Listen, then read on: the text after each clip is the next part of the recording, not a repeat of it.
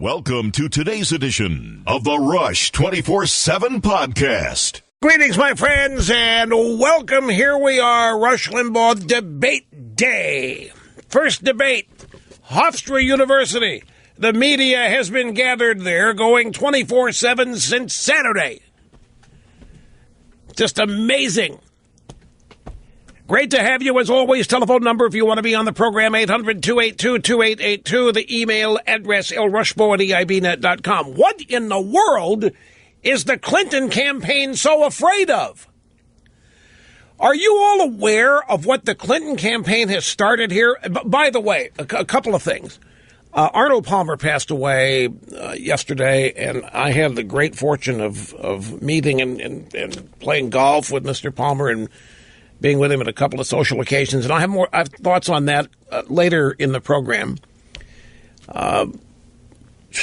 Just an incredible, engaging human being.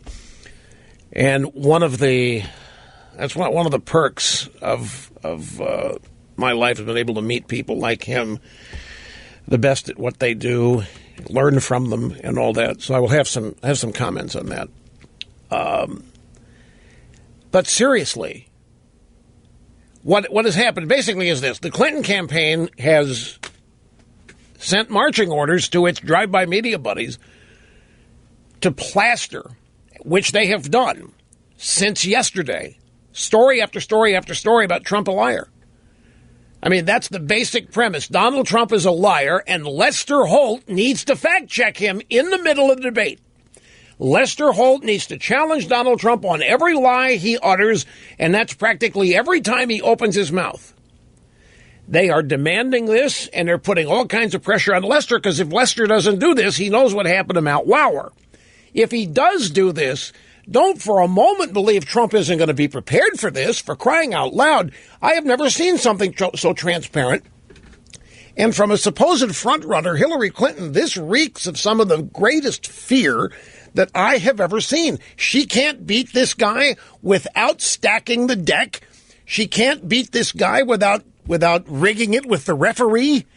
She can't beat this guy without the entire worldwide media piling on her opponent. I mean, that's the message this is sending.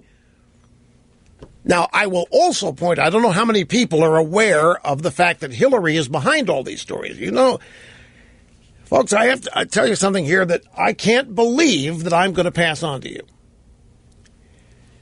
As you know, Apple, stick with me on this. This is related. Apple's new iPhones were released on September 16th. And one of the well, it's not a feature. I guess it's a feature. One of the things about the new phones is they eliminated the headphone jack. They needed the space inside the phone for something else, a larger Taptic engine, and they're forward thinking. So they had to get rid of the headphone jack. So the old headphones that you used to use with the 3.5 centimeter little plug don't work on iPhones anymore unless you use an adapter. So I found out today that a guy on YouTube has made a parody video for people who are concerned that the headphone jack is not on the phone. The premise is that Apple forgot to put the hole in the phone. And what this guy does, he attaches the phone to a vise. And the display on the phone starts flickering and going nuts. And the guy says, this is perfectly normal. If this happens, you should know you're on the right track. Then he grabs a drill. And he drills a 3.5, whatever it is, centimeter or millimeter hole in the bottom of the phone, saying Apple forgot to do this. This is what you have to do if you want to use your headphones with the new iPhone. Okay, fine and dandy. Until you find out people are doing it. People are doing it and they're obliterating their phones, and they're mad as they can be, and they're demanding whatever. And I'm looking at this, and for crying out loud, if people can fall, because, hey, it's on TV. Hey, there's a video. A guy on YouTube with a video. If it's video, it's fact. Here's a guy out there that says the phone, they forgot to put the hole in there for the headphone jack, and you have to drill your own, and people are actually doing it. It reminds me, I got an email from my cousin once removed, the son of my cousin, Stephen Limbaugh III, is out there in California writing music for movies and so forth. And he sent me a Facebook post of the same kind. When he read this, and I'm getting off the social media, I mean, this obviously it's the home of dingbats. What this video shows, supposedly a guy in a mohawk haircut and an SUV or truck claims that he's got a miracle device to get you 56% more gas mileage. And he headlines it with something along the lines of what the oil companies and General Motors don't want you to know. And essentially what this guy's contraption does is add 2 bottles of water and baking soda to your gasoline tank. And that is, and people are doing it because they see it on a video. So what the hell else are people believing, and how many fall for this stuff? Now, I know good parody and good satire are works of art when it comes to comedy, but at some point you have to realize that the basic intelligence is going to take over and realize, hey, it's parody, it's satire, and they're yanking your chain and don't do it. People drilling holes in the bottom of their new iPhones. Well, no, the headphone jack's at the bottom. Apple moved the headphone. Broadcast engineers say, well, no wonder the headphone jack's at the top. No, they shouldn't be drilling at the top. They shouldn't be drilling, period. What do you mean they should be drilling at the top? They changed the headphone jack to the bottom, but that was before they eliminated it. The headphone jack is gone. It's just a speaker grill now.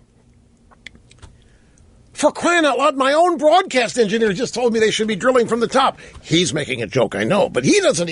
Anyway, if people are going to believe things like this, to what degree can we be confident that people understand that all of these news stories today and yesterday that Trump is a lying sack of you-know-what have been orchestrated and planted by the Hillary campaign? And it's provable. If you go to the Hillary website, she's got a post on her website listing the top 10 or whatever it is Trump lies. Number 1 is the biggest lie they think they've got Trump on, and this tells me a lot too.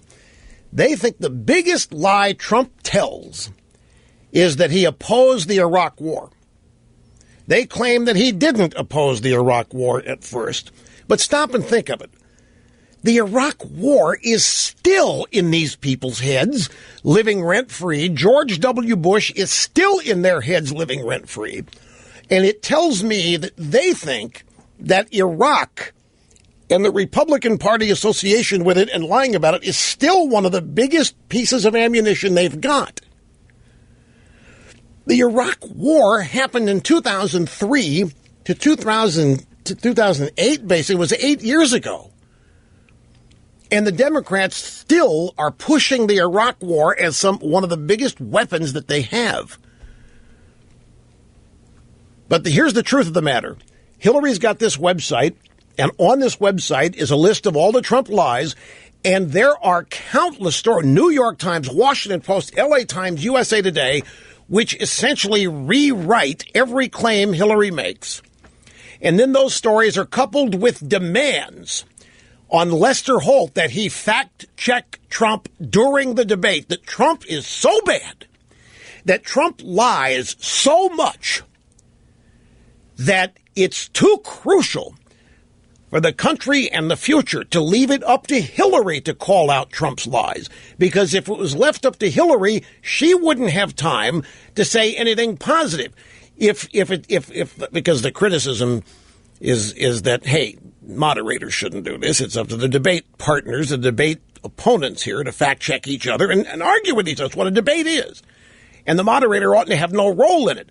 The left is saying, yeah, normally that's true, but in this case, it's so bad. Trump is such a liar. He's such an egregious liar that if Mrs. Clinton focused on that, that's all she would have time for. So they have established a narrative here that Donald Trump never tells the truth, that everything Trump says is a lie, and that it is mandatory for Lester Holt to correct him and to play fact checker. Bloomberg has announced that they're going to fact-check Trump during the debate on the screen at the bottom with a crawling graphic that's supposedly going to call out every lie Trump makes. Now, of course, the irony here is that the liar in this debate is Hillary Clinton.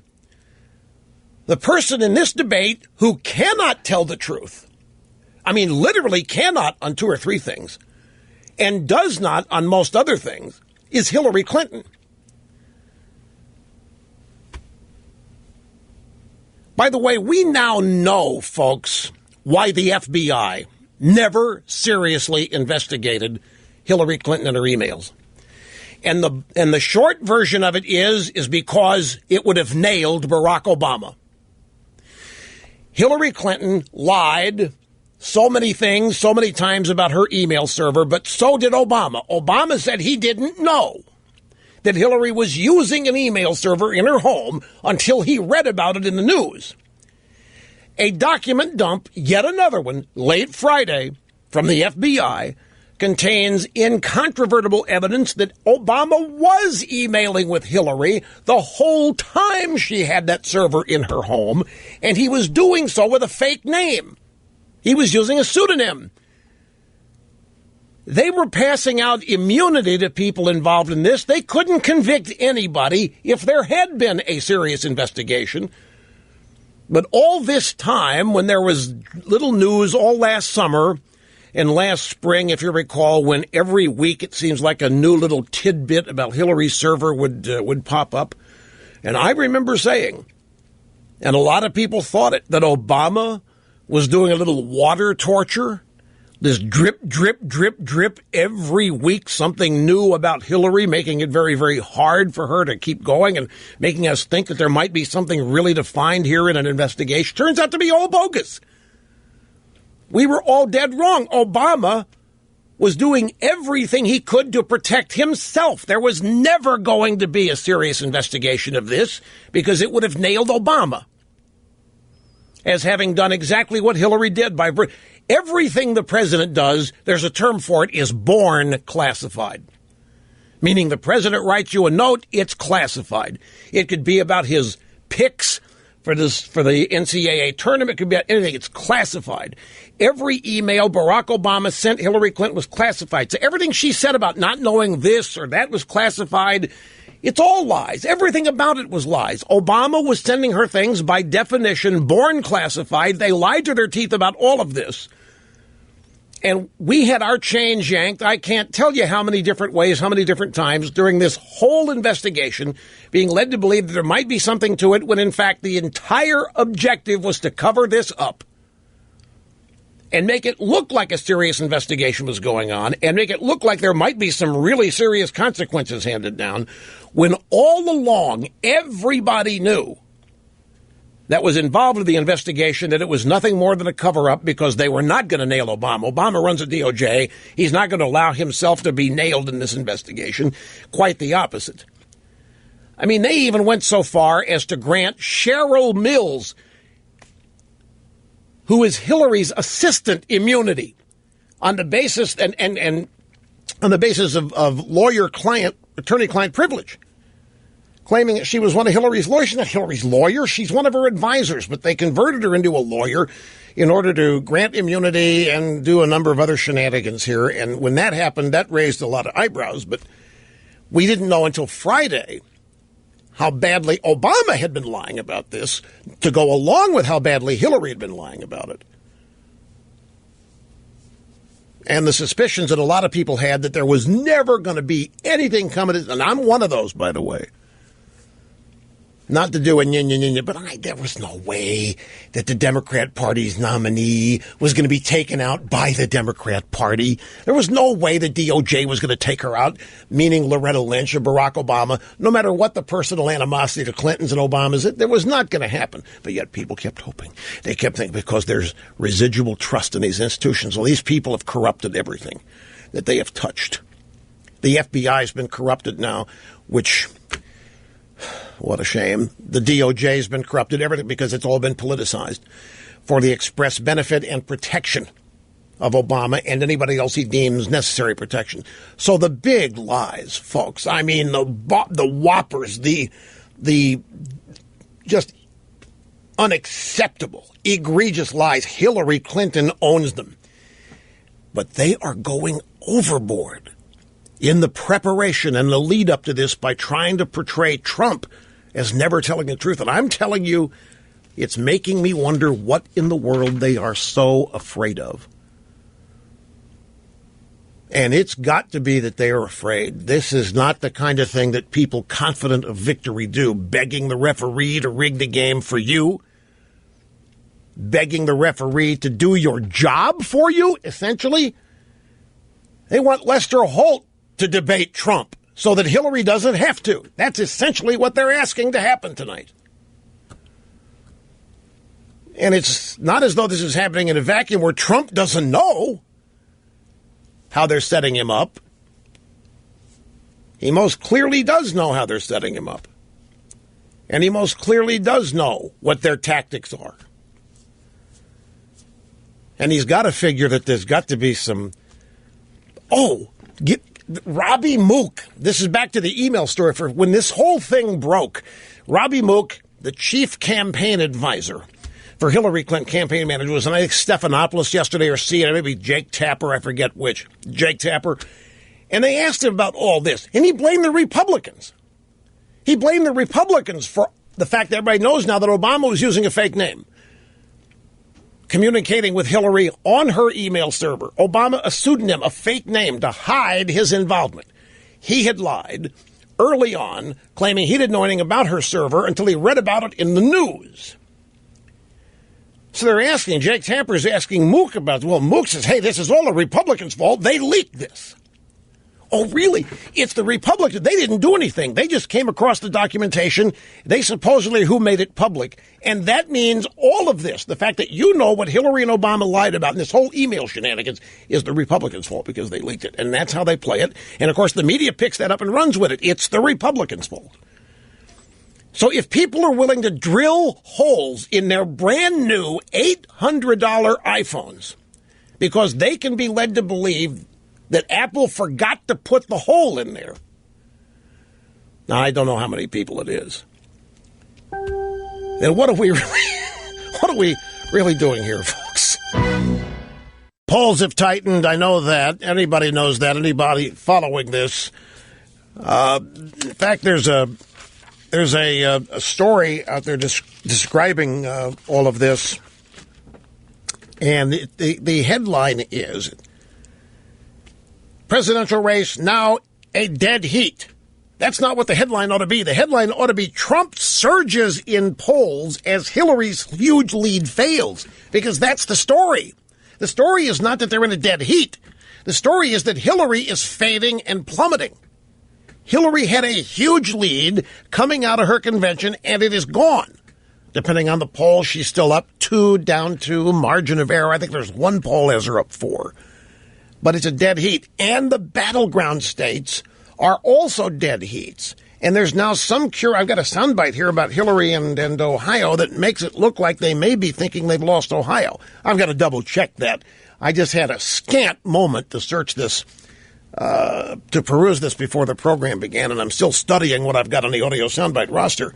But man, oh man, the peer pressure on poor Lester Holt here. And, you know, Lester Holt would not have his job if it weren't for Brian Williams getting caught making things up. That's why Lester even has this gig. Every news network is demanding that he fact-check Donald Trump on his lies, which is practically, they say, every time he opens his mouth. And here's a Breitbart story. Activists petition Lester Holt to challenge Donald Trump and fact-check the debate. They are really worried going into this thing, folks. Yeah, grab audio soundbite number 7. This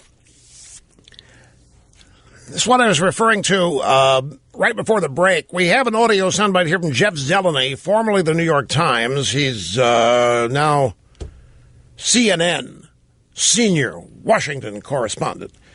And this was in Sunday's Inside Politics show. And John King's talking to him about the state of Ohio and the Hillary campaign. Now, tell me what you think of this. So long, Ohio. It's been 20 days since Hillary Clinton stepped foot into this classic battleground state, and she's not expected to visit it again in the month of September. That is a nod to the political reality that are facing her campaign.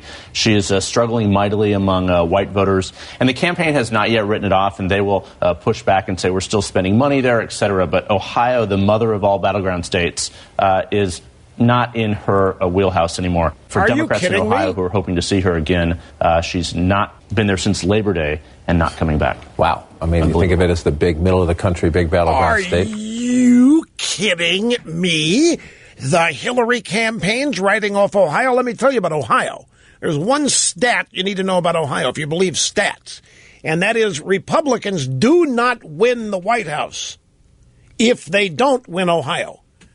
Another way of putting it that's less confusing without all the double negatives. In order for the Republican, historically, statistically, to win the White House, he or she, well, he has to win Ohio.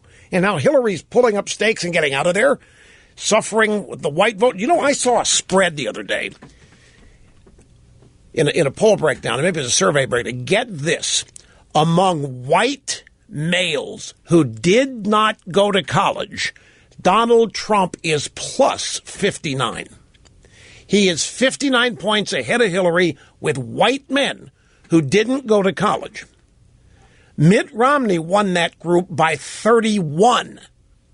Romney was plus 31 over Obama in that category. Now, before you start going, well, Rush, who wants that group? That's a bunch of... No. Do not think that, folks. White men who don't go to college is an increasing phenomenon because of the chickification of universities. Male enrollment at institutions of higher learning has been trending down for a long time now, for a host of reasons. If these people turn around and vote, don't doubt for a moment the Hillary campaign scared to death of this number. And this Jeff Zeleny guy, or Zeleny, just mentioned it, by the fact that Hillary is losing the white vote, the white female vote she's holding on to. And that would basically be the pro-choice vote for all intents and purposes. But she is struggling mightily among white voters, quote unquote, Jeff Zeleny. Not just white male voters who didn't go to college, but white voters, period. And I don't care what you think or what you've heard, they are still the majority of voters when you add men and women and the other demographics to it. Pulling out of Ohio, Colorado, they thought they had in the bag, and they pulled out of Ohio a couple of months ago or a month ago. And now Trump has pulled even in Ohio. And I don't think it's possible to overemphasize the fear that must be percolating throughout the Clinton campaign and what they are doing to poor Lester Holt. This guy can't win tonight. And note, by the way, there is no pressure being brought to bear on Lester Holt by anybody, not Trump, none of Trump's surrogates, nobody on the Republican side is demanding that he fact-check Hillary. Nobody's trying to tell Lester Holt how to do his job.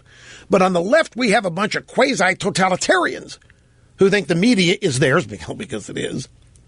And they're handing out marching orders now for poor old Lester. And they're telling him what he has to do, the same thing they would do if they were in his chair tonight.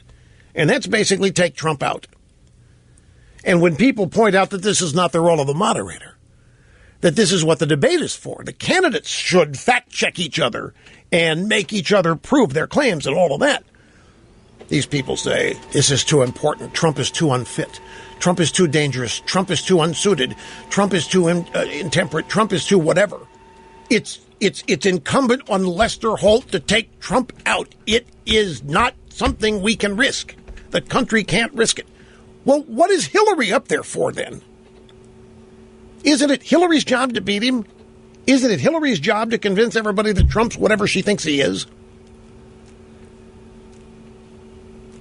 Man, they're really establishing a high bar for her. Look at all that has to happen tonight. Lester Holt has to act like he's on the Hillary campaign.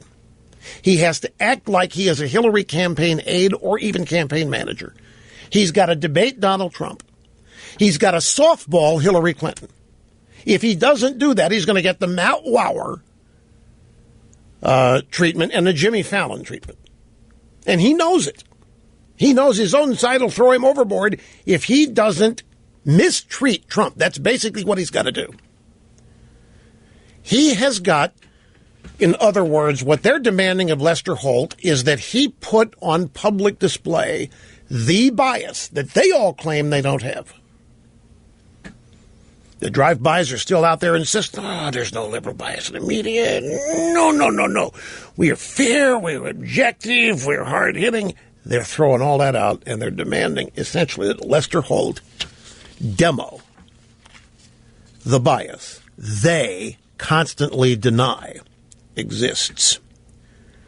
Here's the Breitbart story, and it says, NBC News debate moderator Lester Holt gears up for the biggest night of his journalistic life. Anti-Trump voices are pressuring him to intercede in the debate to fact-check Trump's statements. The Clinton campaign making a concerted last-minute push to pressure Holt.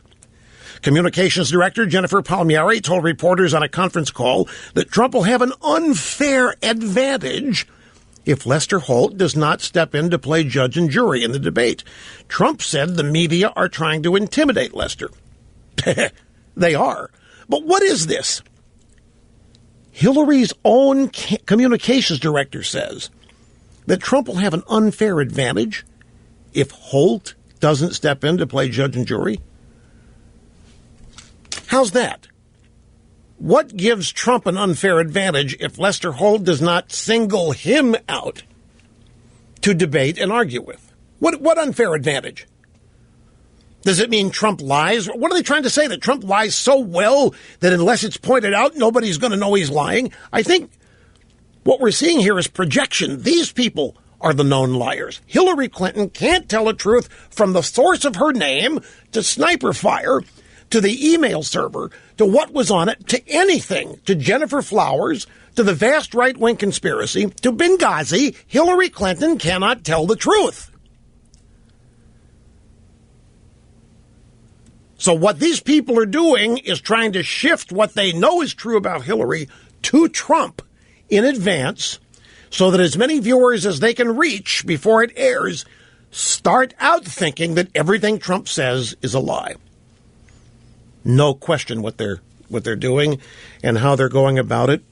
But man, folks, what in the world must they be afraid of, and how afraid must they be? You know what else the Hillary camp's out there saying?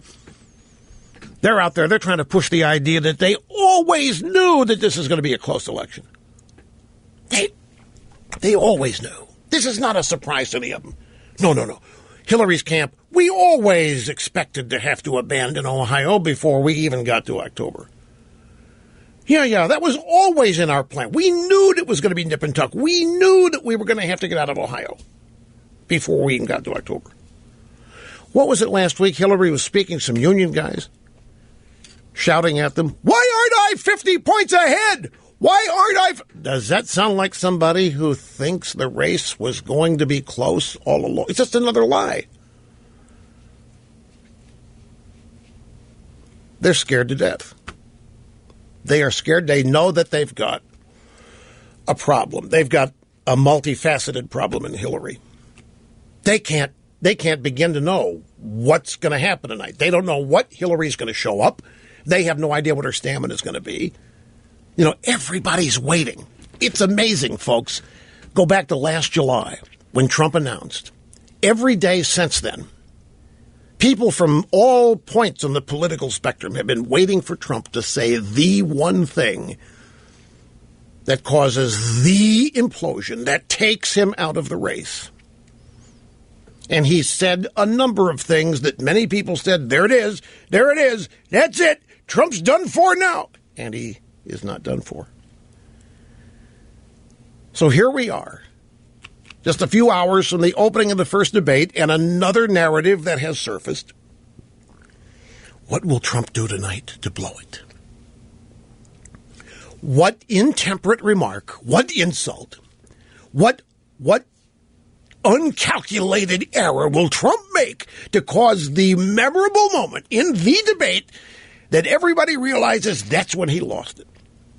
That's what they're trying to soak up. It's what they're trying to put out there.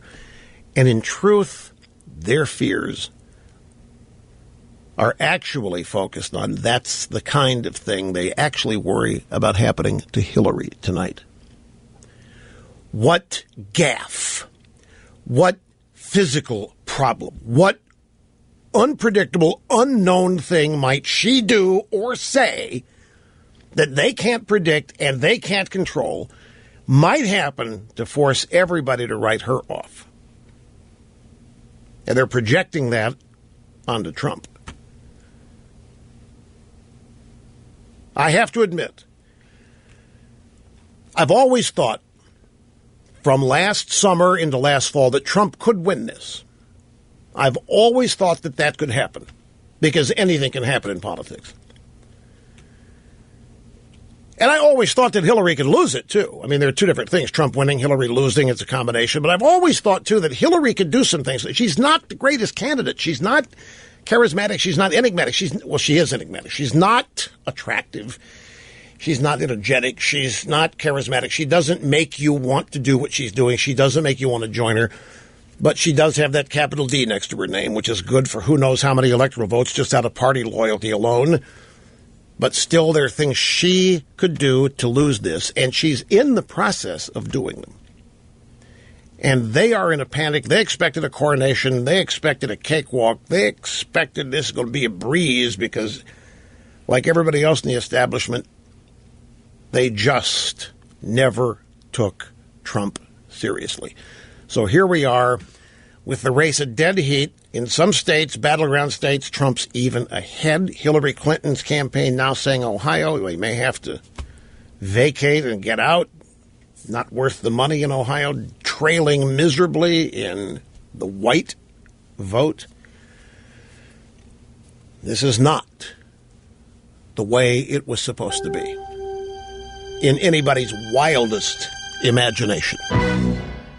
So we have clueless people that just bought brand new iPhones drilling a hole in the bottom of the phone after being told that Apple forgot the hole and they have to drill their own to find a headphone jack. And people are doing it. And there's another scam out there, and this one involves the IRS. Apparently, a 20-year-old woman began getting phone calls the first day of college that claimed they were from the IRS. They had her name and home address. They claimed she owed back taxes and taxes for school, and that she needed to pay up now or be arrested. And she said, how? And they said, go to Kroger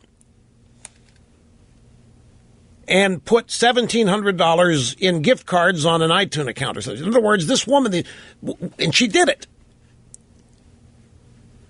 The guy claimed to be from the IRS, had her name and home address. She owed back taxes and taxes for school. He said she needed to pay now or be arrested. She said, you're going to be getting a call from 911, and if you pick that up, you'll be arrested. So she got the call. 911 appeared on her phone. So she drove to a Kroger store, and she put $1,700 of her money into iTunes gift cards, just like the IRS imposter said, which turned out to be on his account. Now, I know people have fallen for scams for ages. Well, yeah, she made it into college. That doesn't mean anything anyway. That doesn't. I mean, NFL players went to college, too, and look at them. They're all college men. At any rate, that doesn't mean... And I know people have fallen for scams from time... I mean, I've run my share of them. Harmless, creative, great theater, radio theater scams. But telling people to drill holes in the bottom of their iPhone... And see, folks, it's on television, see... It's like Wag the Dog. They put it on TV. So it's a YouTube video. It must be true. The guy actually, I saw him do it to his phone, and he plugged his headphones into that hole, and I could hear the music. So what else do people believe? What else can they be made to believe? It's a scary thought if you stop to think about it. Here's Bob, Coronado, California. Bob, great to have you up first today on the EIB Network. Hi. Hi. Thank you, Rush.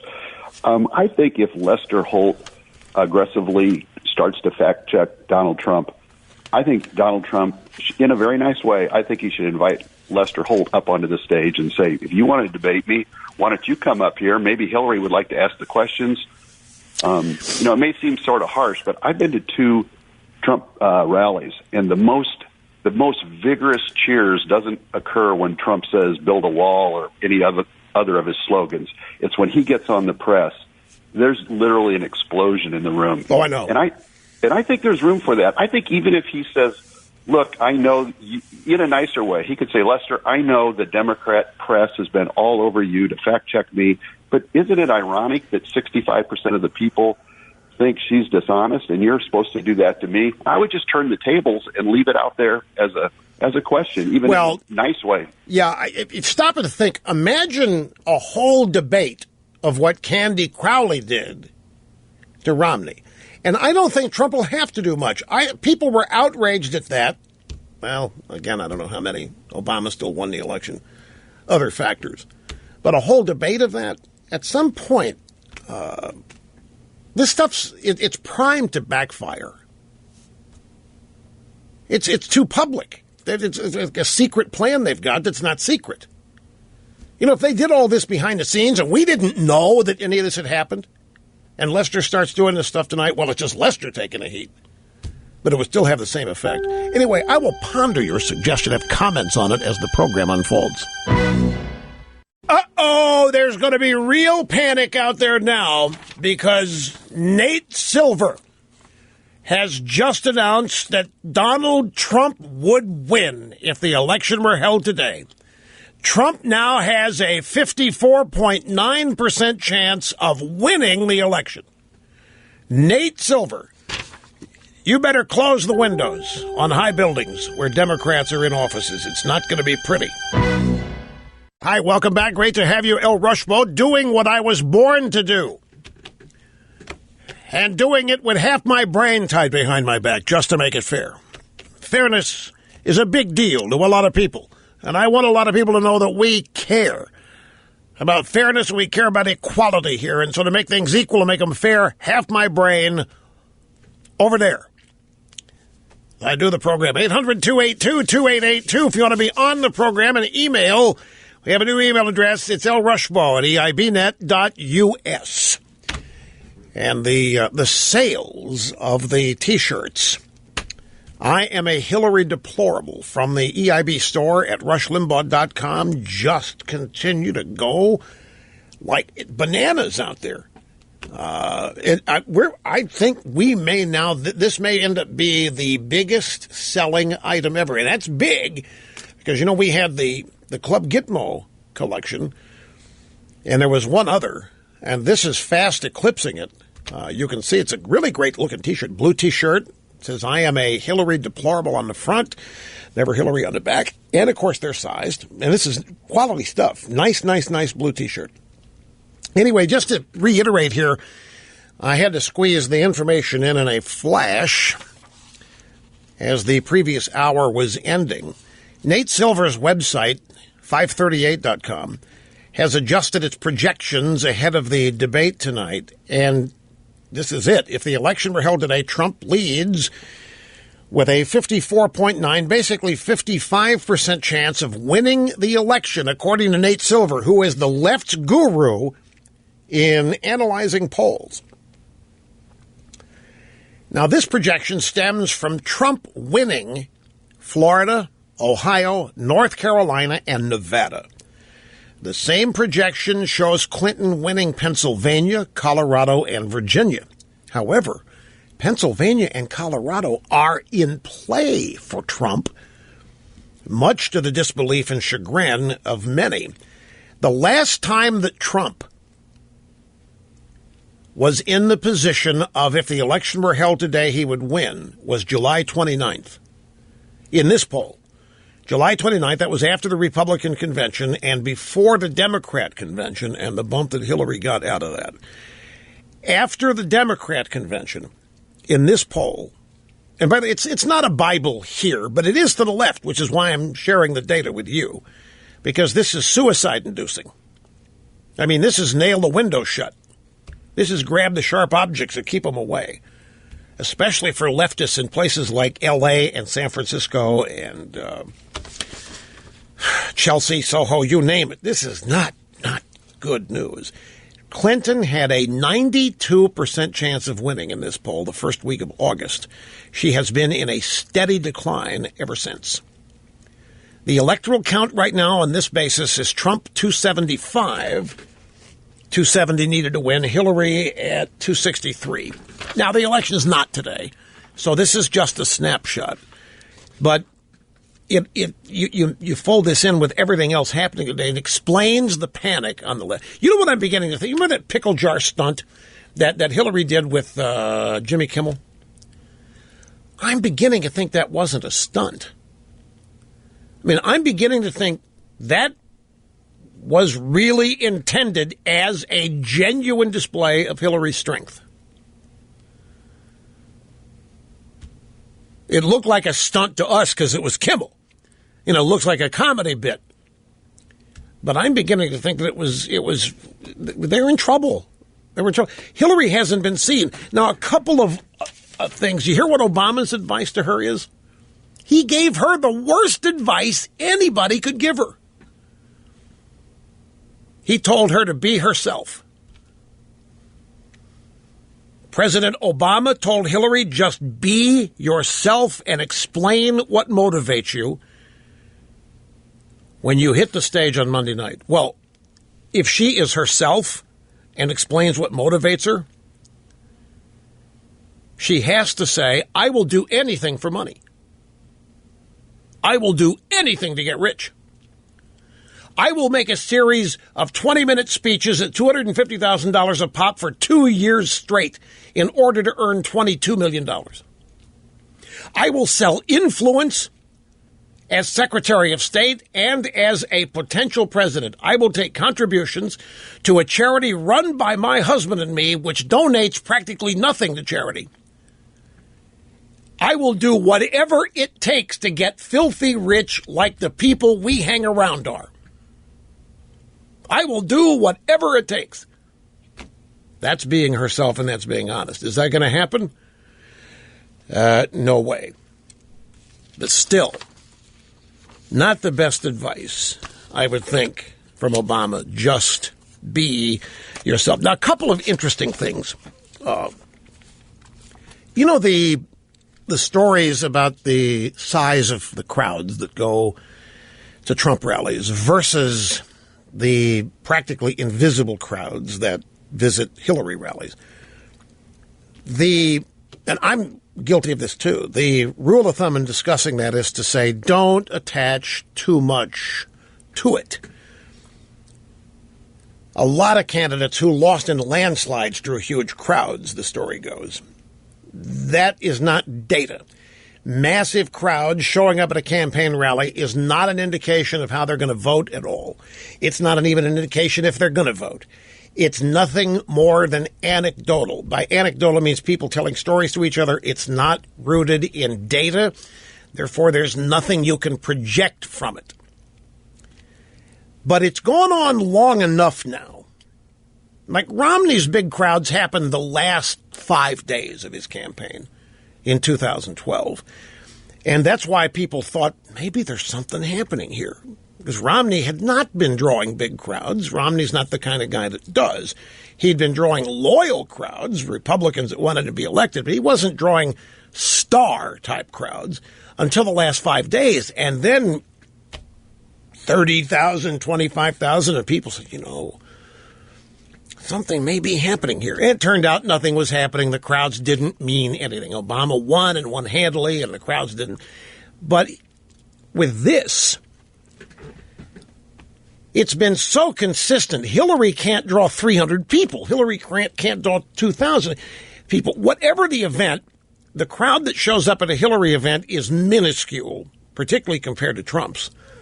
They're not energetic, and it's not personal. The people that show up are not there because they're deeply personal invested in Hillary. They love her. They want to be like her. They want to be with her. It's not that. It's party loyalty, or they're being paid to show up. Who knows? Or they have paid to show up. It could be either way. On the Trump side, it's gone on long enough now. Since last summer, every Trump rally is a near, if not full, sellout. Every Trump rally is loud and raucous and is made up of people personally committed to Trump. And there's been months and months and months of it. And as that has happened, the people on the left who would be frightened by it, would be worried, oh my gosh, look at all that energy, and we don't see any. It's not helping. People are not showing up in greater numbers at Hillary rallies to try to offset what's happening at Trump rallies. Now, the Breitbart people have done some statistical analysis with numbers here. 1 week of Trump rallies drew over 26,000 people. It was less than 1,000. It was hundreds of people who showed up at 2 different Clinton rallies.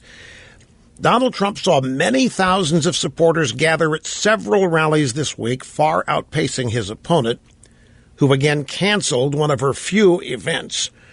An estimate of those who attended Trump's rallies added to those who attended his America First Energy Plan presentation total over 26,000 people for the week. That's compared to around 700 people who gathered for Hillary events in Philadelphia and Orlando.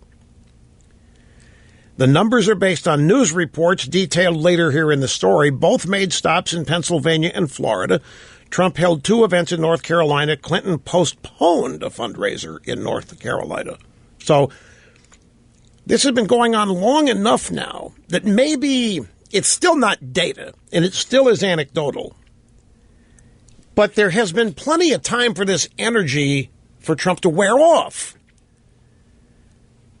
The rule of thumb is that at a Trump rally where it's pretty much, you know what you're going to get. You're going to get Trump. So after a while, you would expect the crowds to either remain the same or start to fade away a little. Not because of any less excitement. It's just it's been going on for so long. Trump's crowds are continuing to build. The enthusiasm for Trump is continuing to build. There isn't any enthusiasm for Hillary outside of the perfunctory and the required. And that is, there's a Democrat running for president, and so people are going to vote for the Democrat, are going to show up at rallies. But it isn't personal, not like it is the crowd showing up for Trump. Hillary just does not have that effect on people. And what happens at these rallies is also crucial because in many of Trump's cases, they're televised and many more people than just those in attendance see it. So Trump's out there talking to real voters. He's talking to real Americans about real things that matter to them. He even went to a small town. He drew, 3,000 or 4,000 people in a town of a population of 800. In North Carolina. You might say, why go there? Why go to a town with a population of 800? Well, why go to Connecticut if you're Trump? He goes to these places to get there. He goes to these places because he loves doing this. He likes meeting these people, and he likes going places where people would otherwise not be able to see one of these rallies. He's breaking every rule that's out there. Practically every rule in the election handbook that is written and monitored by the Washington establishment. He's violating every important rule. And nobody knows how to deal with it. And while Trump's out doing all this, she's holed up at the family compound in Chappaqua doing who knows what. But she is not out making her case. She's not out building her support base. She's not out validating the supporters she already has. That's an important factor, too. You've got people supporting you. You have to go out and validate their reason. You have to show up and make it worth their while. You have to convey that it's a just and proper decision they're making. Hillary's not giving her supporters a chance to do any of that because she's not even having rallies anymore, 1 or 2 a week. And we're told it's because she has to conserve her energy. And she has been getting prepared for 11 days for this debate. And now we learn that the primary thing that she's been doing has been to get her people, to get hold of the media, to pressure Lester Holt to actually be the one debating Trump and not her. Well, that's what they mean when they're demanding Lester Holt fact check him. Isn't that her job? They want Lester Holt to debate Trump. Now, back to an example I gave in the previous hour. Imagine, if you will, an entire debate of things like what Candy Crowley did to Mitt Romney. Well, I have been reminded, and it's a good point. Do you remember the crowd reaction when Candy Crowley stepped in and defended Obama and told Mitt Romney that he was wrong, that Obama had done whatever it was? Do you remember the crowd reaction? It was almost standing ovation applause. And I had forgotten that, but when I was reminded, I had to admit, yep, that's what happened. The studio audience or the arena audience, wherever that debate was, roundly supported. There were very few, if any, boos for Candy Crowley. I don't know how they stack the audience at these debates. I don't know, what steps candidates can take to get a preponderance of their supporters in there. And if, the no applause rule is going to be broken, that countless times during this debate. So we will just see. I still think a full debate, if Lester Holt does come across as being the one that's debating Trump, if every time Trump opens his mouth, Lester Holt demands that he prove it, Lester Holt acts as fact checker, I'm telling you, folks, the way things are trending, Hillary cannot have surrogates win this for her. Lester Holt cannot get her elected president. She's got to do it. She's not the incumbent. Obama had an incumbency to rely on. She's not. We'll just see. You all read the cartoon Dilbert? Well, you've heard of the guy, right? It's got an interesting piece here. It's a very long piece about why he switched his endorsement from Clinton to Trump. And there are a number of reasons. I want to focus on reason number 5 that he gives. This is really, really insightful. I'm looking at the clock. I'm going to need more time for it than I have before we have to go to the break. So let's do that. Let's go to the break. I'll come back and I'll share with you what Dilbert's theory, number 5 here, his explanation, why he's decided to switch from Clinton and is voting for Trump. Back after this. Okay, reason number 5 from Dilbert. This piece, by the way, was published on September 20th. The guy's name is Scott Adams, but the reason why it was, or the date it was published, September 25th, so just yesterday. And reason number 5, pacing and leading. This guy talks about Trump as a leader. We don't hear that much. The drive-bys, of course, never will talk about Trump as a leader. His surrogates do. His supporters and people have known him and worked with him. His kids talk about it all the time, but it's not part of a general campaign resume of Trump. But this guy says Trump always takes an extreme position on matters of safety and security for the country. Even if those positions are unconstitutional, even if they're impractical or evil or something the military would refuse to do, Trump still stakes out extreme positions at the beginning. Normal people see this as dangerous. But trained persuaders like me see it as something called pacing and leading. What Trump does is paces the public, meaning he matches them in their emotional state, and then some. So he accomplishes relating to them, such as take whatever he said about defeating ISIS, refugees, vetting Muslims, the wall, what have you. He is matching what he knows his supporters' positions to be in their emotional state. Remember, Trump knows it's not what he says that people will remember. It's how he makes them feel. So he establishes that he relates to them by making some staking out an extreme position. And after he's got them, after he has paced the public and gotten them to listen, then he leads. Meaning he matches them in their emotional state. He does that with his extreme responses, say on immigration, fighting ISIS, stop and frisk. Here's the key. Once Trump has established himself as the biggest badass on the topic, he is then free to lead, which we see him do by softening, for example, his deportation stand, or limiting his stop and frisk comment to Chicago, or reversing his first answer on penalties for abortion, and so on. If you are not trained in persuasion, Trump looks very scary. If you understand pacing and leading, you might actually see Trump as the safest candidate who has ever gotten close to the presidency. And that's how I see him, writes Dilbert, Scott Adams. So when Clinton supporters ask me how I could support a fascist, the answer is that he isn't one. Clinton's team, with the help of Godzilla, have effectively persuaded the public to see Trump as scary.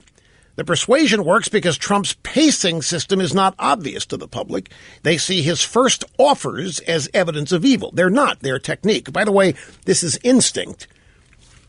Pacing and leading, it can be strategized, but this is something you either have or you don't have. You know, you can be taught this, by the way.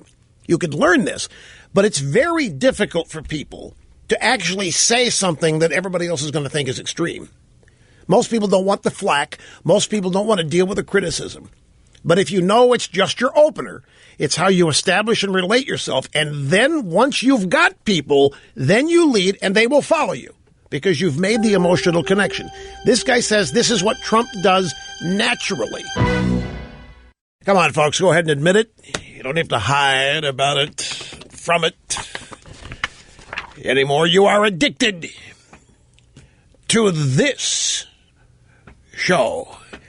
EIB, an airborne phenomenon spread by casual contact. When you get it, you're cured. There is no cure because EIB is the cure. Great to have you here as the saga continues. We go back to the phones. This is Gary in St. Louis. Great to have you, sir. Hello. Deplorable dittos, Rush, from flyover country. Great to have you on the program, sir. Thank you. Well, I think it's pretty clear to anybody that's paying attention that it's desperation time in the Hillary campaign, and she's got all of her sycophants out in the mainstream media trying to do her job. And along the way, she's, in my mind, playing the race card against Lester Holt, telling him how to do his job, patronizing him, and implicit with that is the implicit threat if he doesn't toe the line. So I don't hear them doing that to Chris Wallace or any other moderator. Well, look, you have a great point. I mean, here we have one of the nation's most acclaimed African-American anchors, and Hillary Clinton and her campaign and the rest of the media are presuming to tell this guy how to do his job. Look, I'm going to tell you something. I've met Lester once in the bathroom over at the CNBC office studios in Fort Lee. Remember when MSNBC used to be in Fort Lee? I went over there to appear on the Chris Matthews show. I don't even know if it was called Hardball back then. It was way back when Matthews was normal. And I went over there to appear on it, and Lester was doing news or something at MSNBC or CNBC. I ran through in the bathroom. He's washing his hands. And he said, "Hey, I recognize you. I have friends that listen to you," blah, blah, blah. He was a very nice guy. And I had time, maybe 5 minutes of chatting with him. It's the only time I've ever seen him. But he's in the news media. He is obviously a card-carrying liberal and leftist. I mean, you can't get the jobs he's had without being. But can you imagine, nevertheless, how the guy... I don't know. Maybe he's not bothered by it because maybe this is what he would do anyway. But to have the entire news media telling you what to do and how to do what you do, and then I like old Gary here throwing the race card down on this. I hadn't thought of that, but that's an excellent. Lester is African American. And here's a bunch of leftists basically acting like he can't do this on his own. He can't do this without being told how. He can't do it without being given guidance, demands, or what have you. And I'm telling you, I feel for Lester because we all know what happened to Matt Lauer. And to a lesser extent, Jimmy Fallon. And Matt Lauer, they are still dumping on Matt Lauer over that presidential forum that he did with both Hillary and Trump, and where he was fair with Trump and demanded answers from her on her email server. I don't know what it's like to be Lester today. It'd be a tough job to moderate one of these debates anyway, if the outside influences are at a minimum. But with this, I mean, it's almost. To me, it's close to being threats. It's almost like Lester is being threatened here. He's got to fact-check Trump. And Hillary's got 7 lies. 7 lies that Trump tells that she wants Lester to go after. The media's picked all 7 up. Number 1 is Trump's supposed lie about always opposing the Iraq War. That's still such a big deal to them, which tells me it is still one of the most mobilizing issues for Democrat vote turnout. And if I stop and think about it, it's not surprising. Think about George W. Bush's second term in office. All 4 years, the singular devotion of the media was to destroying the Iraq War. The entire 4 years of Bush's second term, we had daily body counts. We had every imaginable negative bit of news, not to mention some of the stuff coming out of Afghanistan, the Abu Ghraib photos. It was a concerted, focused, 24/7 effort to destroy everything about Bush's Iraq War and Iraq War policy. And because they spent so much time on it, they really did work all of their supporters into a frothy frenzy over it, to the point that to this day it remains one of the most mobilizing, motivating issues to turn Democrats out at the polls and to get them worked up and angry. It's really a fascinating study in group psychology. I don't think this was the purpose. I think the purpose was to destroy Bush. But in the process, they created this issue called Iraq that has become a defining issue for Democrats and leftists.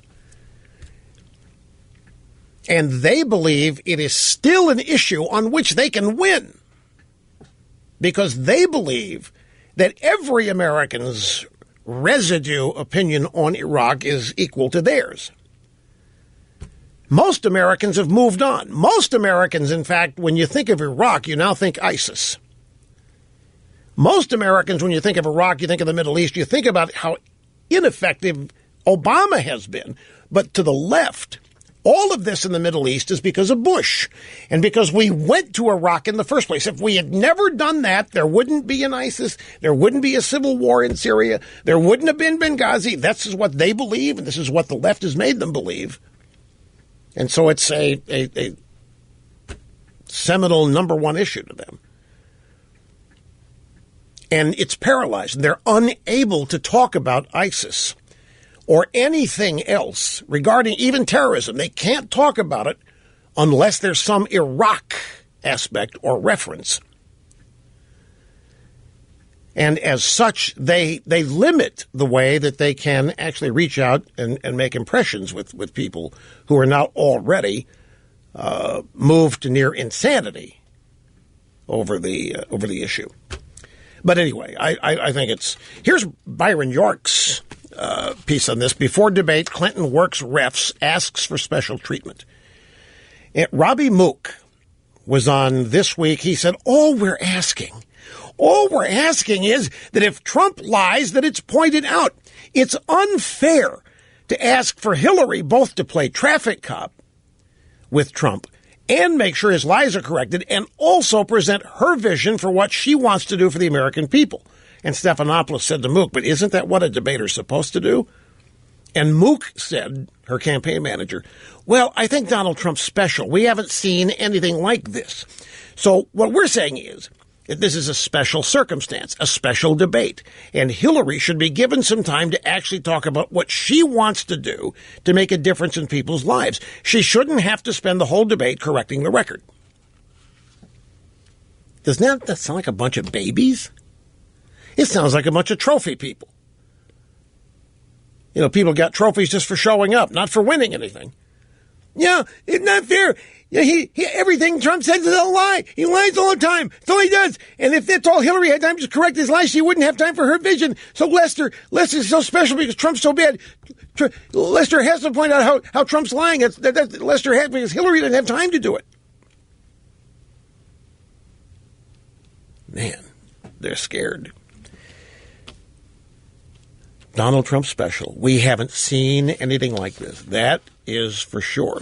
And then this, what kind of lies should Lester Holt fact check? Well, in its email announcing the conference call, the Clinton campaign, the conference call to the media, to give them their talking points and guiding lines on trying to persuade Lester to actually debate Trump along with Hillary, the Clinton campaign provided a handy list of Trump's 7 deadly lies. And number 1 on the list was the Trump claim that seems to anger Democrats the most, that he opposed the war in Iraq.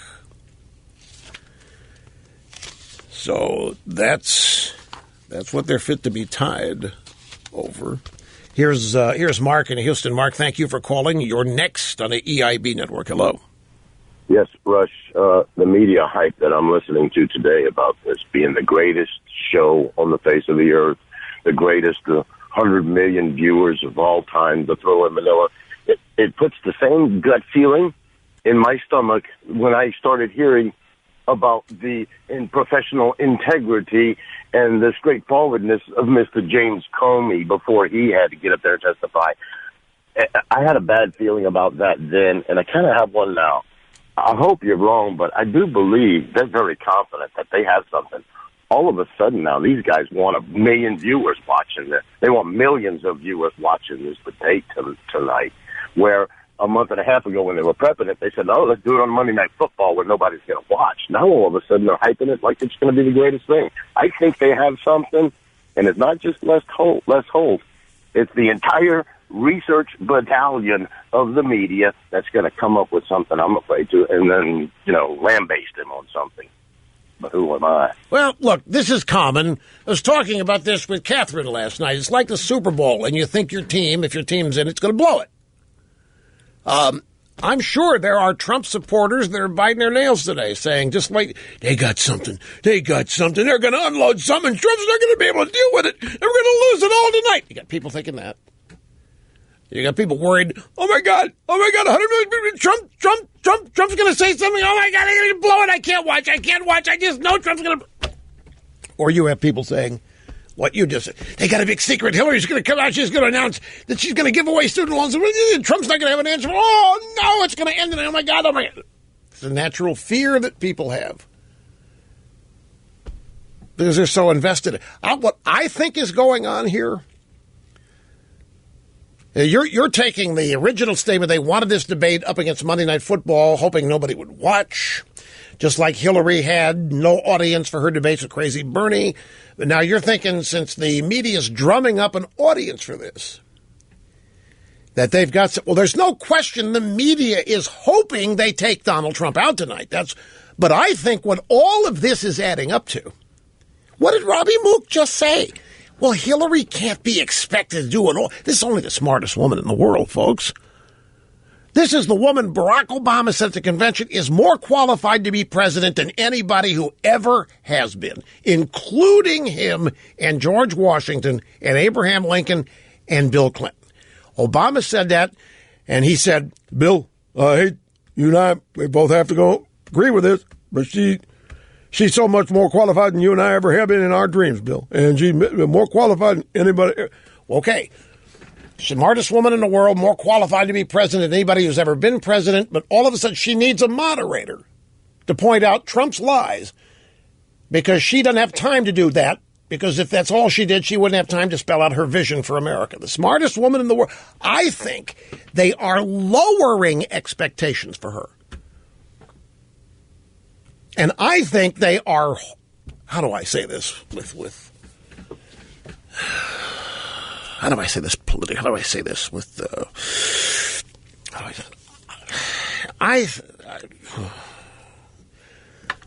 I really think their main objective is keeping her vertical for 90 minutes.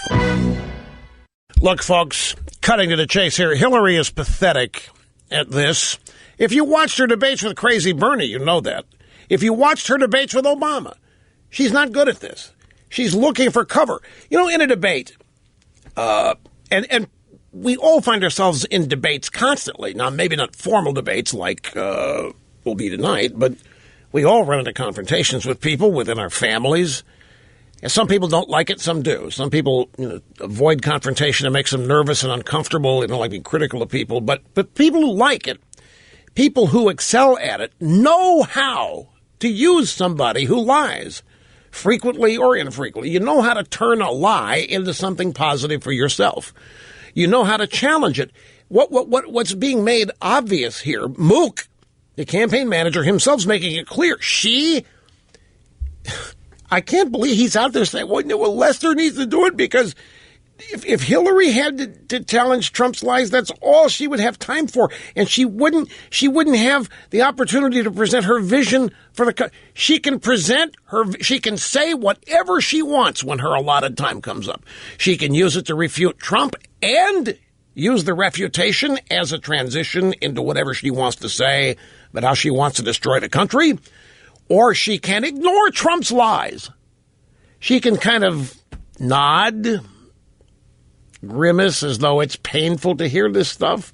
You know, Peter Jennings used to convey left-wing bias with a raised eyebrow.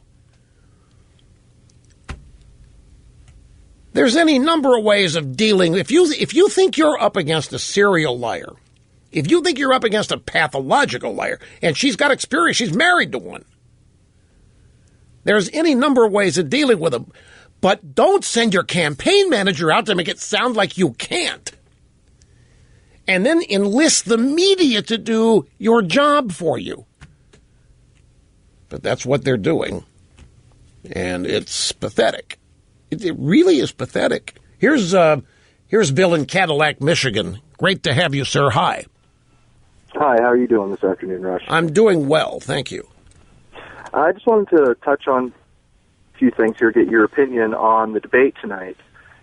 The question that was asked of, what are they so afraid of? What are they doing? I believe that they're honestly trying to achieve the unachievable and put Donald Trump on the defensive, which is something, the status quo, they have not been able to achieve this entire campaign in getting him to be on the defensive about the lies. And I've heard several reports about them saying they expect him to be sexist and talk about this, talk about her hair, and they're trying to goad him into talking about certain things because they're afraid he's going to come out swinging, saying things directly about Benghazi, about the emails, about the Clinton Foundation, about to use a this is an excellent point. In fact, I can even relate this to experiences I've had personally. I'm making a note here because I'm out of time here. But, Bill, I want to expand on your point here because it's actually an excellent point. Their prejudices, their bigotry about Trump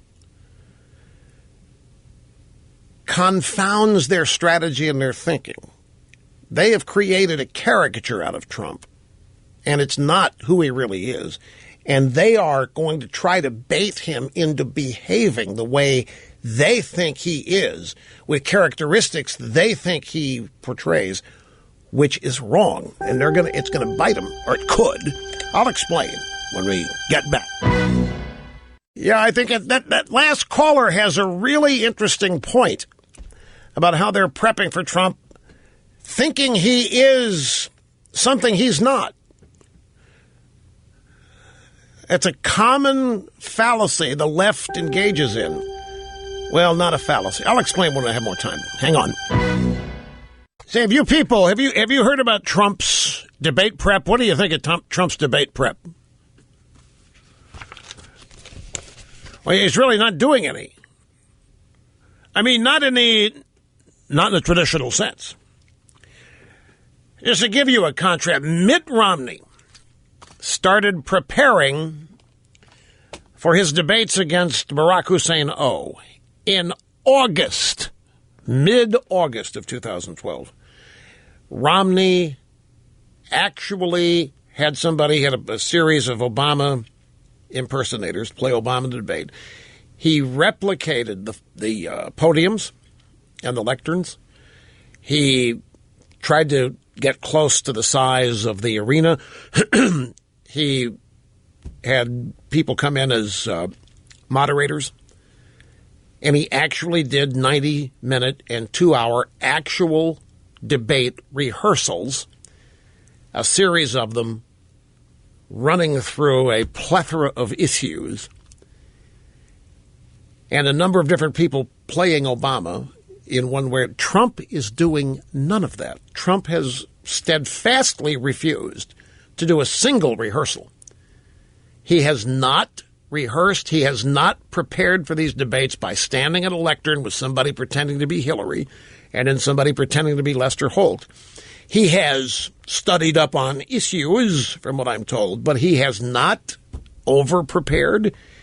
He's not going to show up paralyzed, not knowing what to say next because he's trying to remember so much of what he's prepared for. And when people hear this, it depends on who they are. Some of them go, "Oh no, this is a disaster waiting to happen." You mean he's not even trying? He's not even trying to familiarize himself with the format and the proceedings? Nope, none of that. And I think what people don't understand. By the way, greetings, welcome back. 800-282-2882. It's the Rush Limbaugh program here on the EIB network.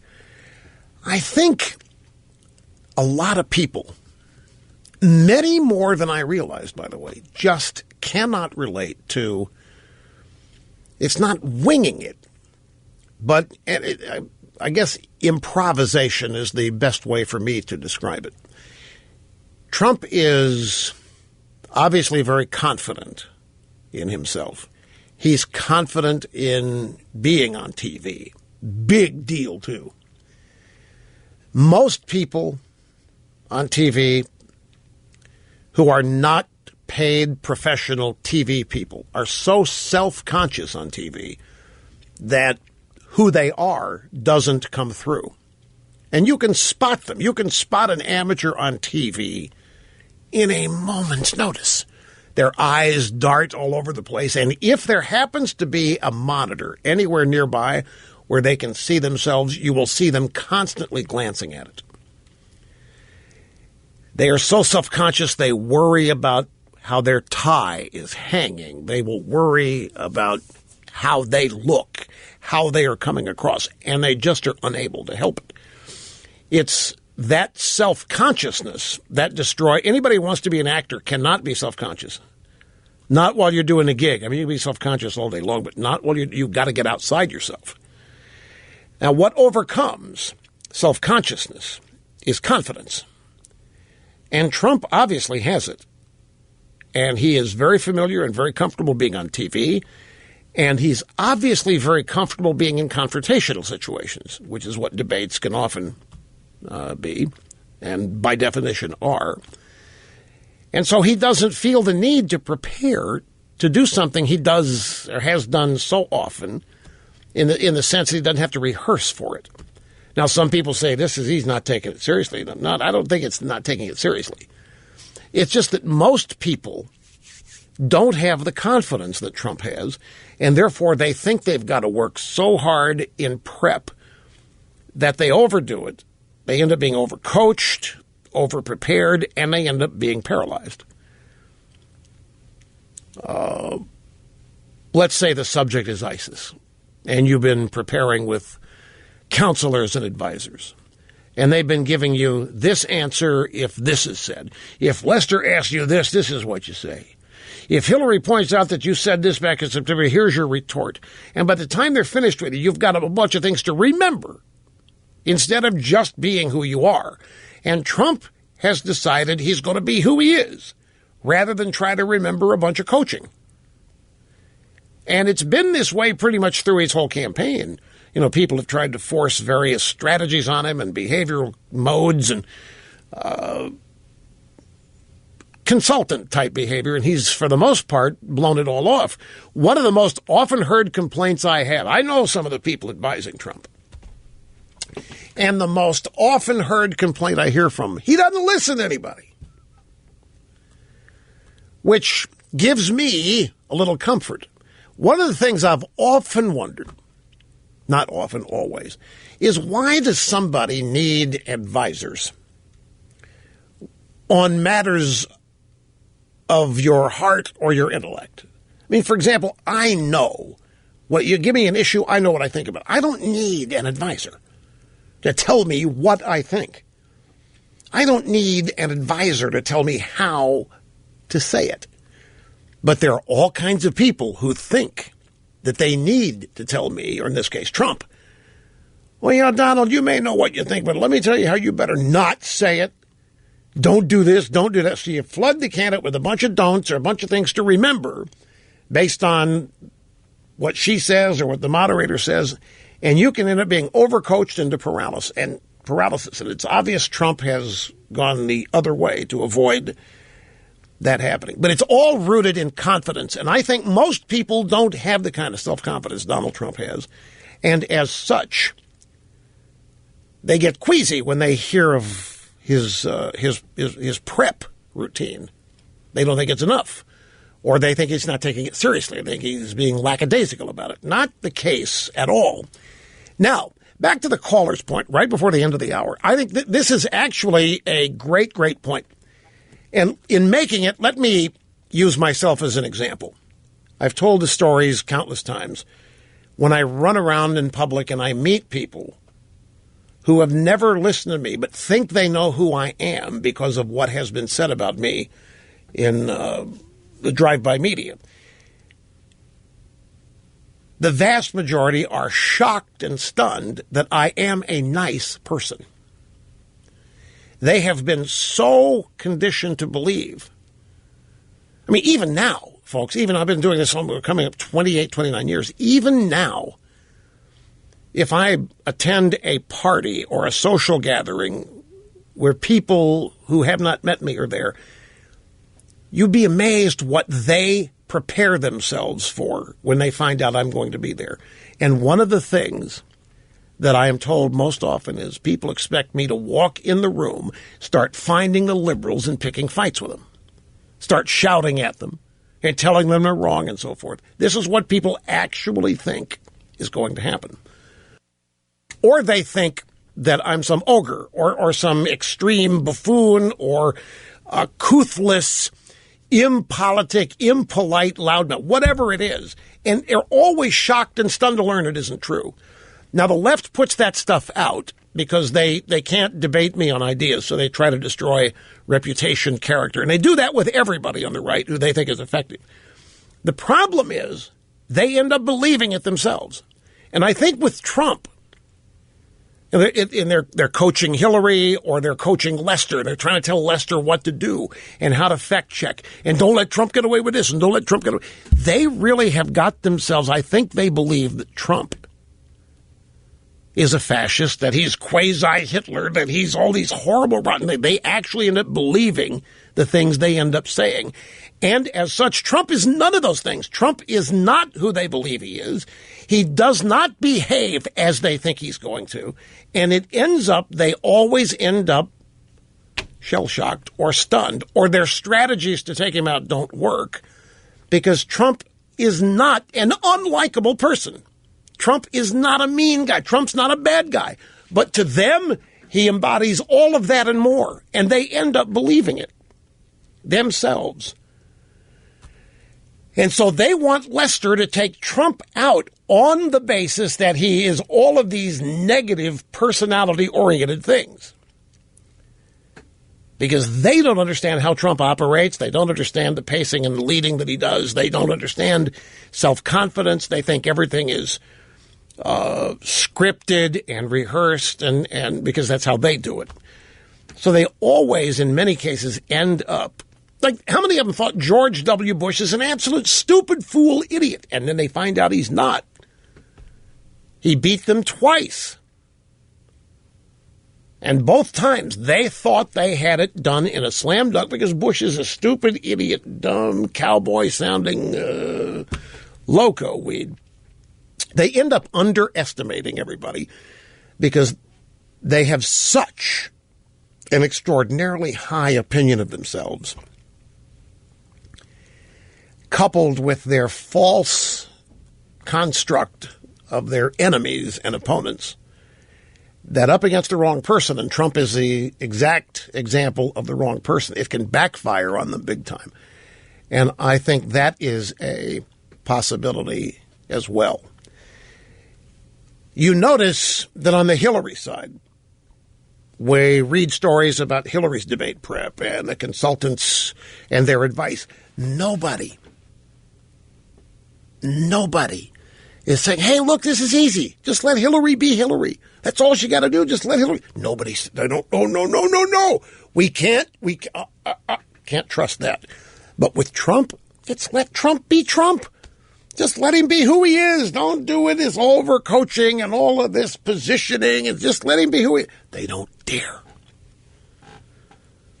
Now, Obama's advice was, Hillary, just be yourself. Worst piece of advice he could have given her, by the way. So anyway, it's going to be fascinating to watch this all play out, because I know that the left creates these erroneous stereotypes of people. And it's not just for public consumption. They end up believing all of this insanity that they attach to their political opponents. And oftentimes, not always, I mean, sometimes they, as you well know, get away with it, but oftentimes it comes back and bites them big time. Let me take a brief time out. I want to get back to more of your phone calls. And we need to go back and touch on this document dump from Friday. Hillary's emails and what we learned. I mean, this is just stunning when we learned that Obama knew all along that she had her own private server and was communicating with her under a pseudonym, a fake name, while Obama has maintained that he didn't know she had a private server until he read about it in the news. And because now we know Obama knew and was communicating with her under a fake name, we now know that the FBI investigation was a smokescreen and cover-up from the get-go, from the beginning. There was never going to be any serious investigation because it involved Obama. And that just wasn't going to happen. There was no way the FBI is going to investigate and recommend that Hillary be prosecuted if it involves and hurts Obama. And now we know they gave immunity out to people that otherwise would have been charged and punished if convicted. It was a cover-up from the get-go. And I remember Andy McCarthy wrote about this a long, long time ago. When Hillary's email scandal first surfaced, McCarthy wrote a great piece, What If Obama is in on this? Essentially, what if Obama knows? What if Obama is communicating, sending her emails? What if classified information is passing back and forth between Hillary and Obama? And it would be, because everything the president does is born classified. That's the term. He writes you a memo. It's classified. He shares with you his midnight basketball NCAA picks. That's classified because it comes from him. So Hillary was lying. There was no classified information. I didn't even know what it was. I saw a C. I thought it was for paragraph C. Lying like you can't believe from the highest levels of our government about this. And a smokescreen FBI investigation that was meant to do nothing but distract and obfuscate from the beginning. And we learned all this only on Friday. Some suspected it early on. Some just couldn't believe it. Obama didn't know, like he maintained. I didn't know she had one of those servers. I read about it in the news. I found about it like the rest of you. No, he knew about it. He was so aware of it. And he was so aware of the dangers that he used a fake name, a pseudonym. Be back, folks. Sit tight. More straight ahead. Back to the phones we go. As I assured you and promised you, we go to Elkton, Virginia. This is Daryl. Great to have you with us, sir. Hello. Hello, Rush. Thanks for taking my call. I was wanting to get your take on Ted Cruz's coming out supporting the Republican nominee and his said he would vote for Donald Trump. I heard him on Beck this morning, and it got pretty contentious with Beck, and Beck pretty much said that it was a calculated decision. What's your take on it? Well, of course it was calculated. Does it bother you that it was calculated? No, not at all. So you don't have a problem with him endorsing Trump? Absolutely not. Okay. Yeah, this is... I think Ted Cruz is a great conservative. I always have. And I think he's trustworthy with conservatism. This was not handled well. My take on this, I couldn't believe that he didn't understand. I'm not comfortable putting it that way, because I don't think he's dumb. Okay, Trump offers you a prime time slot at the convention. You have to figure, if you're Ted Cruz, that offer means that there's an expectation that you're going to join the party, that you're going to endorse. And if you don't endorse, you're at least going to say you support, that you're going to vote for the nominee. But I think it was a miscalculation to think that he could go to the convention and stand on principle, as he was trying to do, and not endorse. Because you need to talk about the calculation. The calculation that he was making was to stay true and loyal to the conservative base for his future. And there's nothing wrong with that. I mean, that's what politics is. He wants to run again. He's Mr. Conservative, and he wants to maintain his credibility. And he decided that endorsing Trump at Trump's convention would not be appreciated by the conservative base. And I think he thought he would have many more accolades doing what he did than what he ended up getting. I think he got the exact opposite of what he was expecting to get. So I think that was a miscalculation, because he ended up, I mean, after all, this is about winning the White House now, not in 2020. It's about winning it now. It's for a host of reasons. Chief among them is keeping Hillary out of it. And doing it the way Ted did, he managed to upset some clearly conservative donors, and he got a lot of Trump people mad at him. And if he was going to endorse Trump anyway, as he did, then what he did at the convention wasn't necessary. He could have avoided all of that.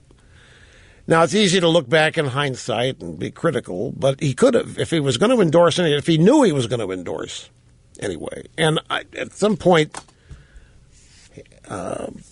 he's still a Republican, whether he's estranged from the Republican leadership or thinking conservatism is a branch of the party. Still, at election time, you come together. But this has a lot of moving parts. It's not just that simple. But I hear the ear-splitting tone. We'll be back. And we are back. Rush Limbaugh executing assigned host duties flawlessly, 0 mistakes. One more thing on the Ted Cruz situation. In the way things turned out, Ted Cruz ended up being, for some, I don't know how many, but for some, the last great hope of conservatism. There are many out there who believe that other conservatives watered themselves down, diluted their effectiveness by supporting Trump or by not opposing Trump. And in the process, I think Ted Cruz believed and considered, maybe calculated, that he was indeed the last viable remaining conservative in the elected political realm. And because of that, thought that if he maintained his principles and steadfastly refused to support Trump for principled reasons, plus the continuing honoring of his father and others, his wife, who'd come under criticism or defamation, as Cruz saw it, that this would redound to his benefit, to the rock-solid conservative movement in the country. But if he knew all along that he was going to endorse Trump, then the play he made at the convention by saying vote your conscience and having that interpreted as vote against Trump or don't vote Trump or however it was interpreted, he went through a bunch of things that turned out to be not necessary to go through. Either don't go. If you're not going to endorse don't go. That was not the place to make a principled stand. Not the Republican convention, when at that point in time, the enemy is Hillary Clinton. Donald Trump has ceased being the enemy at that point, except to,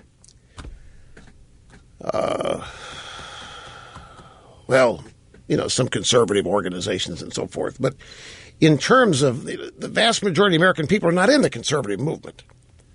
Wish it were otherwise. There are a lot of conservatives, don't misunderstand, but the conservative movement and the people who think they define what that is, it's not a majority club. Wish that it was, but it isn't.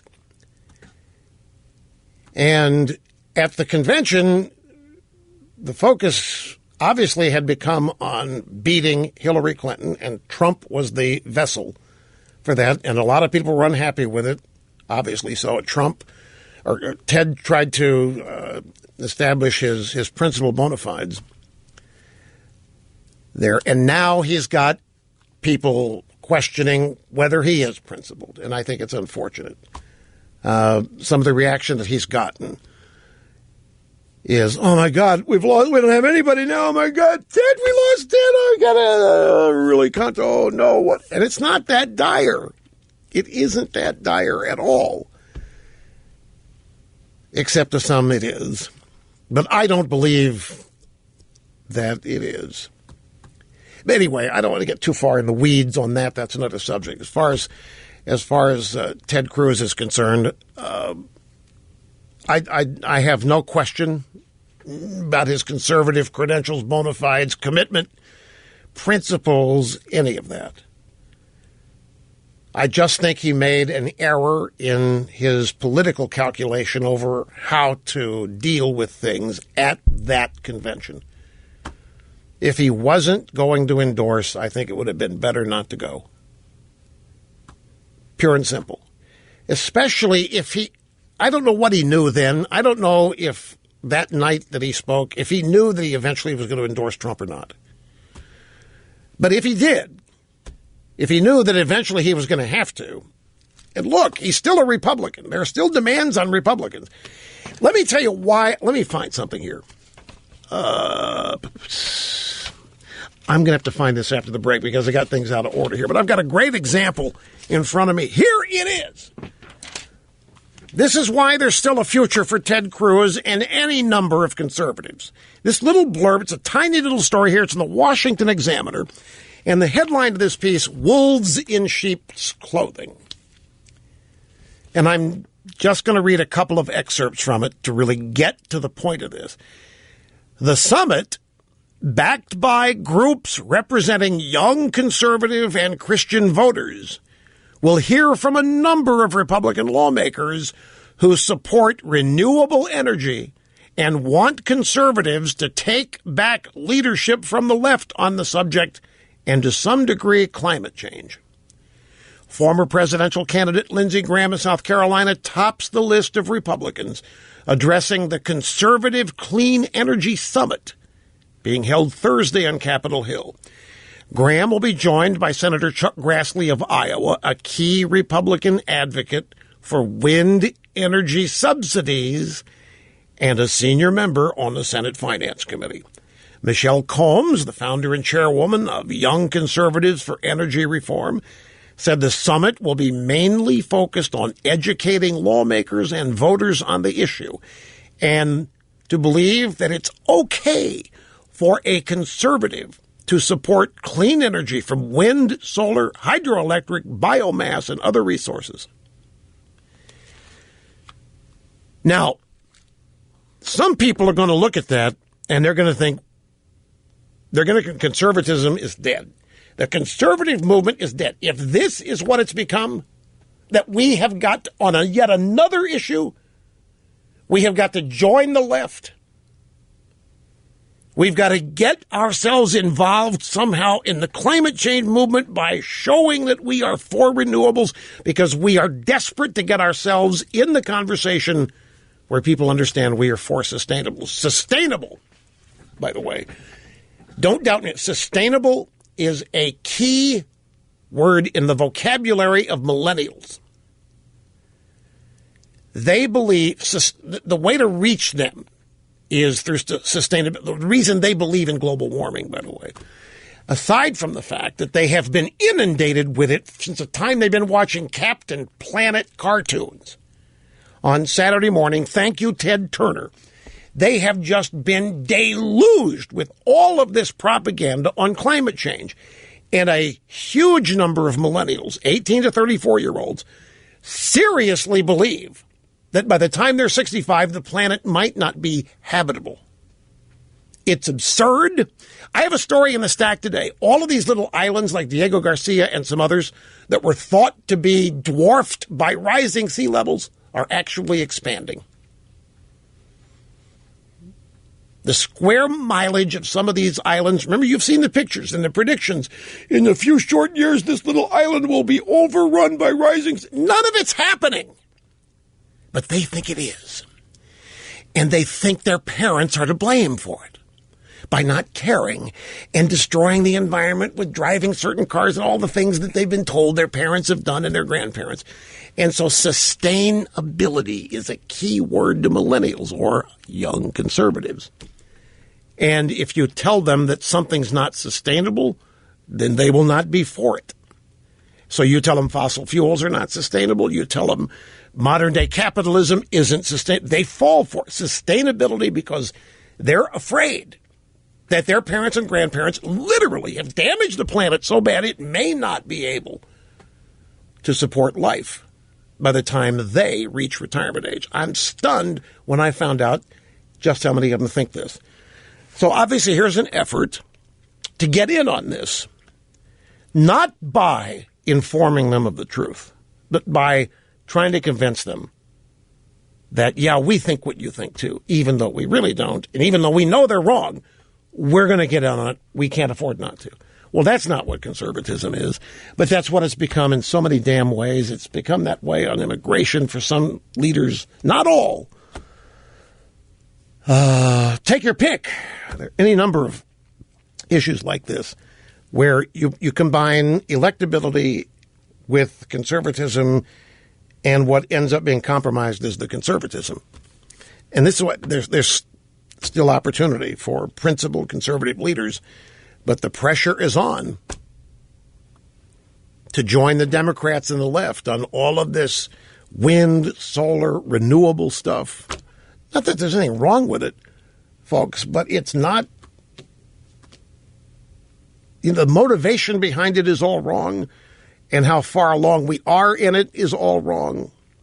There's no money to be made in it. Anyway, I'm way long here, and I don't have much time, and I'm not really going to be able to say everything I want to say about this, so I have to do it another day. Back after this. Don't go away. Okay, well, we're primed, and we are ready, and all we can do now is sit back and see what unfolds, and measure that against all the expectations the media tried to set. It'll be fascinating to compare what happens to what they hope today and right now happens. We'll discuss it all tomorrow.